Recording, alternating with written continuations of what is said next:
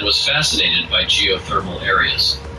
Colleagues described him as a well-balanced and rational person, not prone to impulsive actions or recklessness.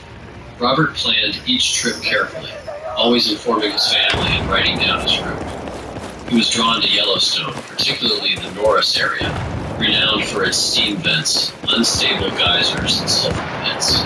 He arrived at the park on Friday, October 21st, 1994, checked into an inexpensive motel in West Yellowstone.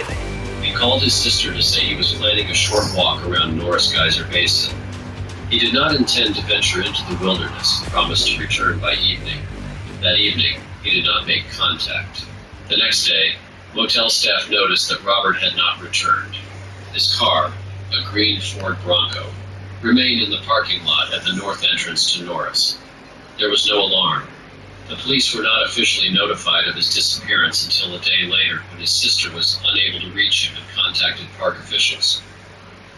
The first group of rangers and volunteers arrived in Norris on Sunday morning.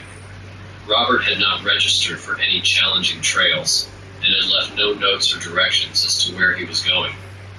However, his tracks were soon discovered near one of the side entrances to the tourist area, and not just one set of tracks.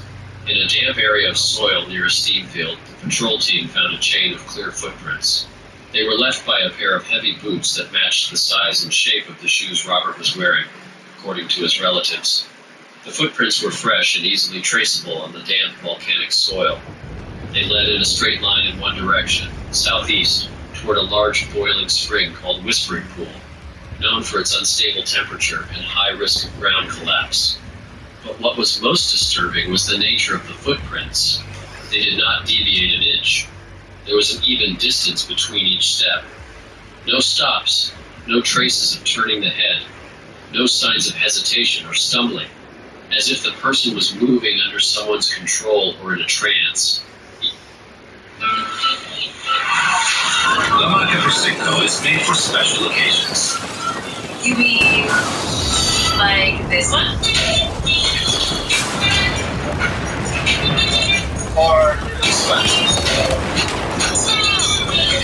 How about this one? How about right now? Find a moment to celebrate with America's favorite Italian Prosecco. Celebrate La Monte, La Marca. Fans. Even professional trackers noted this as an abnormally straight manner of movement. The tracks led almost to the source, hot, bubbling water with a strong smell of sulfur. The last section, they disappeared in the steam rising from the water's surface and suddenly ended. There were no footprints behind, no traces of a fall, no skid marks. It was as if the man had vanished into thin air 32 feet from the water. The area around the spring was thoroughly searched. No clothing, backpack, map, or body was. For several of the officers on duty, search and rescue personnel combed the entire field, but to no avail. They could not understand where a person could have gone if there were a consistent foot in front of them, ending without any logical conclusion. Initially, the official was that fallen into a spring. Rose. First, Robert did not have water, almost 30 feet in space, the last footprint into the spring. Second, there was not a single trace leading from this spot to the water. No skid marks, no hint that he might have slipped. Moreover, the water was surrounded by a fragile crust that could collapse under the weight of a person, but it remained intact. A chemical engineer who participated in the investigation stated that even if the body had fallen into the spring instantly, the density of the tissue and bones would not have allowed it to dissolve without a trace in such a short time. The average water temperature was 190.4 degrees Fahrenheit, which is not enough to destroy a body without a trace instantly. In such cases, according to the expert, at least scraps of tissue, fat, hair, or fragments of shoes are often left behind. But here, nothing was found at all. In addition, the search dog used the day after the disappearance behaved strangely. It followed the trail confidently, but when it reached the end of the chain, it stopped abruptly and began to break free from its leash, circling in one spot. At one point, she refused to go any further and began to whine. One of the rangers noted this in his report. The dog was confidently following the trail, but at the final point, she reacted as if to an invisible barrier. The behavior was unusual. The search continued for a week. Volunteers and tourist volunteers were enlisted. Not only was the Norris area searched, but also the surrounding forest areas, cave depressions, and even technical passages leading to underground reservoirs. But Robert King was never found. After the first week of searching, Robert King's disappearance became a topic of discussion, not only among Yellowstone employees, but also in wider circles, in particular among those who dealt with unexplained disappearances in protected areas. Although the National Park Service officially maintained that it was an accident or possible suicide, doubts began to surface among the search team and local rangers. A key factor causing concern was the anomalous straight line of footprints.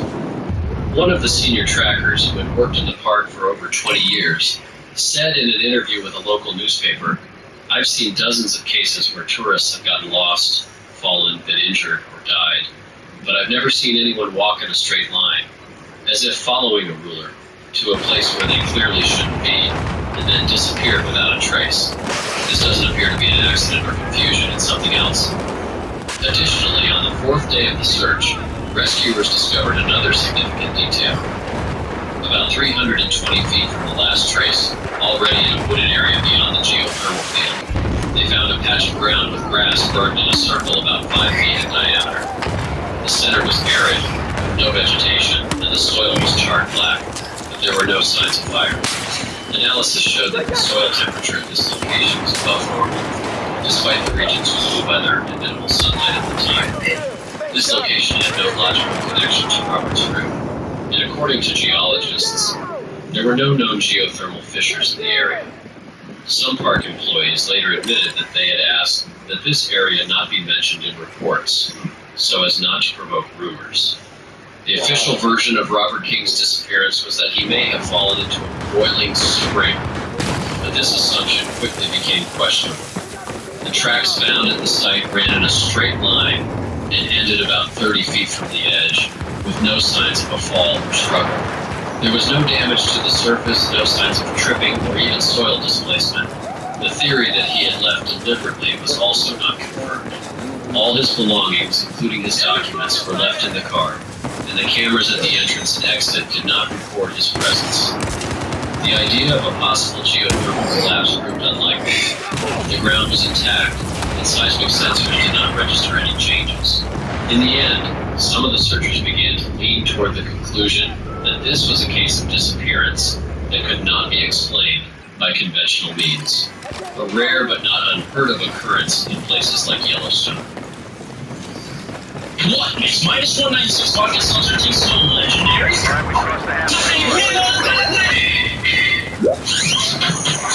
We use the whole fritters, including the fuel, which is packed with essential oils.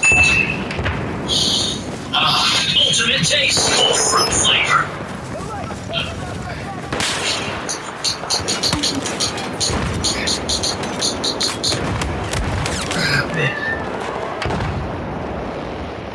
Yellowstone National Park has experienced numerous strange incidents throughout its history, but the case that occurred at Shoshone Lake on June 20th, 1983, remains one of the most mysterious. Roger Tillman, a 35-year-old resident of Bozeman, Montana, was an experienced hiker.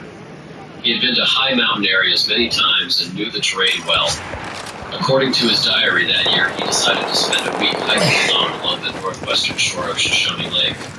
He registered his route at the park ranger office and said he planned to camp in a remote area at the western end of the lake, which few people visit due to its inaccessibility and dense vegetation.